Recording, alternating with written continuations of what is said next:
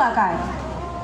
Assalamualaikum warahmatullah. Ya dua belah atuju mala jarolan kiblah di atu uleh ahlan lake bakaum lingkar. Perkenalkan, nama saya Muhammad Fahri. Saya berasal dari Min 27 Aceh Besar. Pada kesempatan kali ini, saya akan bercerita tentang si kelingking sakti.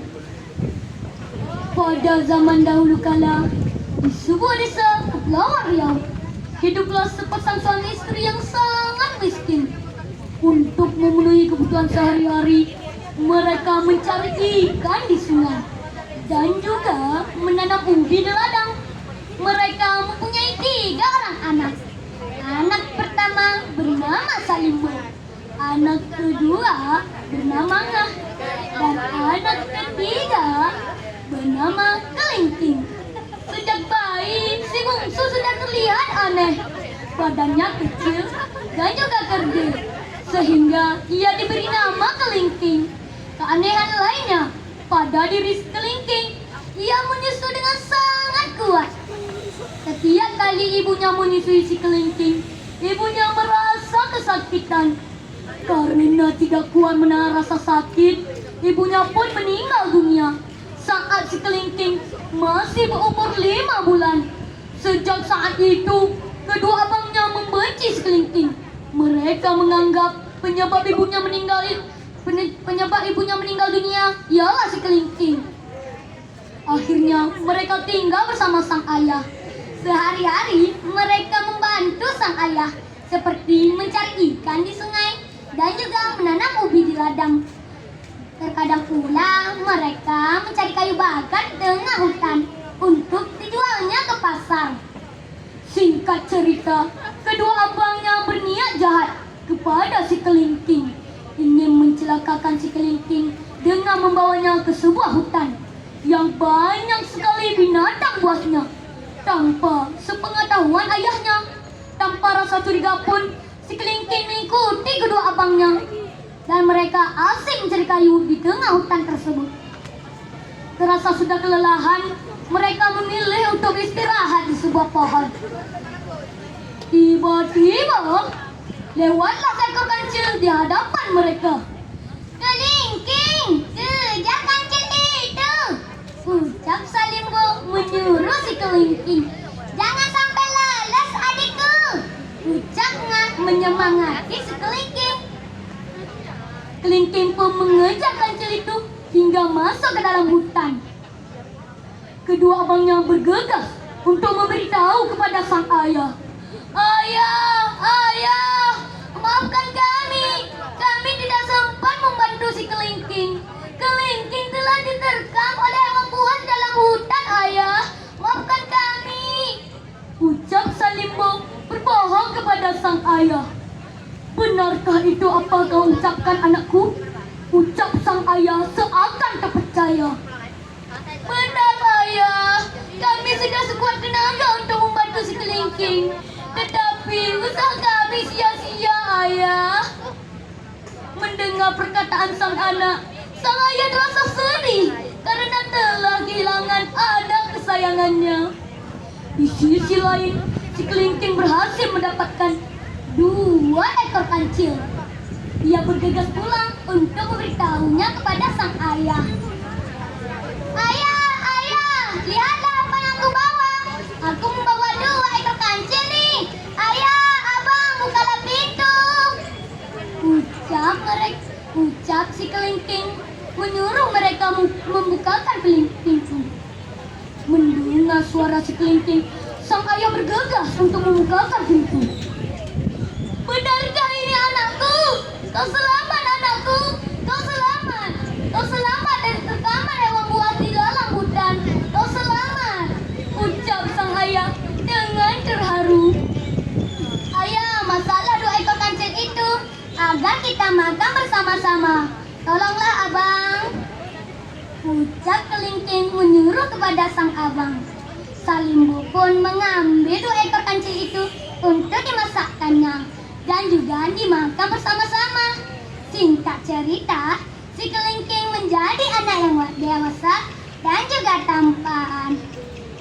Ia meminta izin kepada sang ayah.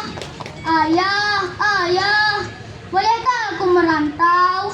Aku ingin mengubah nasib keluarga ini, ayah. Bolehkah ayah? Ucap si kelingking meminta kepada sang ayah. Mendengar permintaan sang anak, sang ayah terasa sedih karena ingin melepaskan anak kesayangannya lagi. Dengan berat hati, sang ayah mengizinkannya. Baiklah anakku, akan kuizinkan kamu. Berhati-hatilah di jalan. Aku selalu akan mendoakanmu, ucap sang ayah dengan terharu. Kelingking pun bergegas keluar dan juga merantau di tengah kota dengan bekal 7 buah ketupat. Sepanjang perjalanan, si kelingking tak memakan 7 buah ketupatnya. Ia hanya memakan dedaunan dan juga buah-buahan yang di dalam hutan. Seterasa sudah jauh berjalan, si kelingking memilih untuk istirahat di sebuah pohon. Ia terduduk sambil tertidur. Tiba-tiba, kelingking mendengar sesuatu di dalam mimpinya. Wahai anak muda, jika kau ingin menjadi menantu raja, kau harus mencari akar kubah dan juga sungai ini. Jika air sungai sudah berbuih, berarti ikan yang di dalamnya telah mati, ucap seseorang di dalam mimpinya. Mendengar hal itu, si kelingking terbangun dari mimpinya. Ia bergegas untuk mencari akar kubah. Ia berhasil mendapat akar kubah. Ia berhasil. Inilah akar kubah. Ia tinggal mencari sungai yang dalam mimpinya. Ia mencari sangat lama. Inikah sungai yang di dalam mimpiku kan? Ucap si kelingking dengan kaget. Kelingking mulai mengikat ketupatnya dan juga di akar kubah.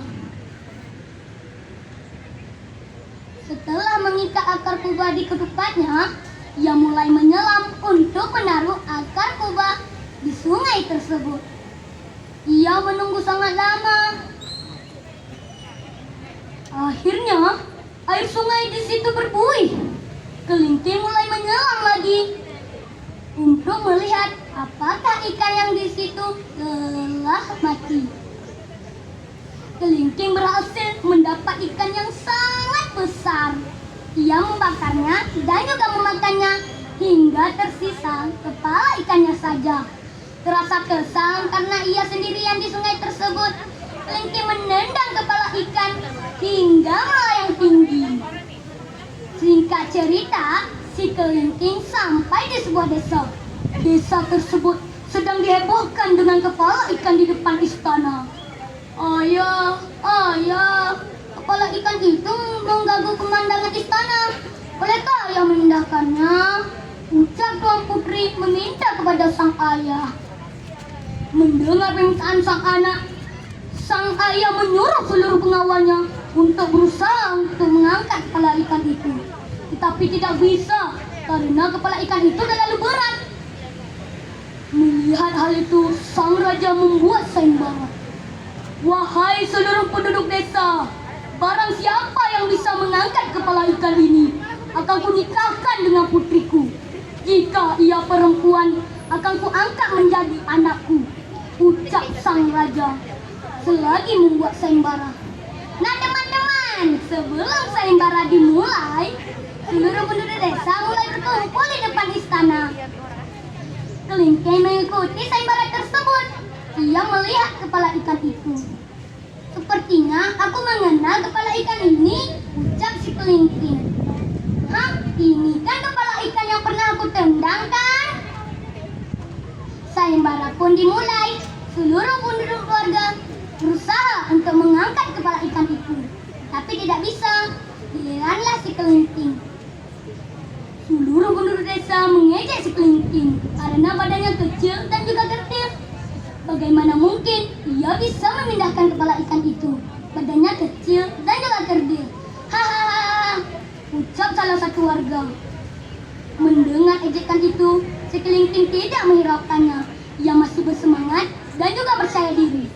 Dengan jari kelingkingnya, ia mengangkat kepala ikan dan lalu memindahkannya ke belakang istana. Lalu sayembara pun dimenangkan oleh si kelingking. Wahai anak muda, walau padamu kecil, tetapi tenagamu sangat kuat. Sesuai dengan janjiku, akan kunikahkan kamu dengan putriku, ucap sang raja dengan gembira. Pesta pernikahan sang putri dan juga si kelingking diadakan. Seluruh penduduk desa mengikuti pesta tersebut. Kelingking tak lupa mengajak keluarganya untuk tinggal bersama di istana. Teman-teman, tahu tidak pesan moral dari cerita kelingking sakti ialah jadilah seperti kelingking yang selalu percaya diri dan juga selalu mengingat keluarganya. Jangan jadi seperti kedua abangnya, memiliki sifat iri dengki dan juga sifat jahat. Sekian dari saya. Assalamualaikum warahmatullahi wabarakatuh.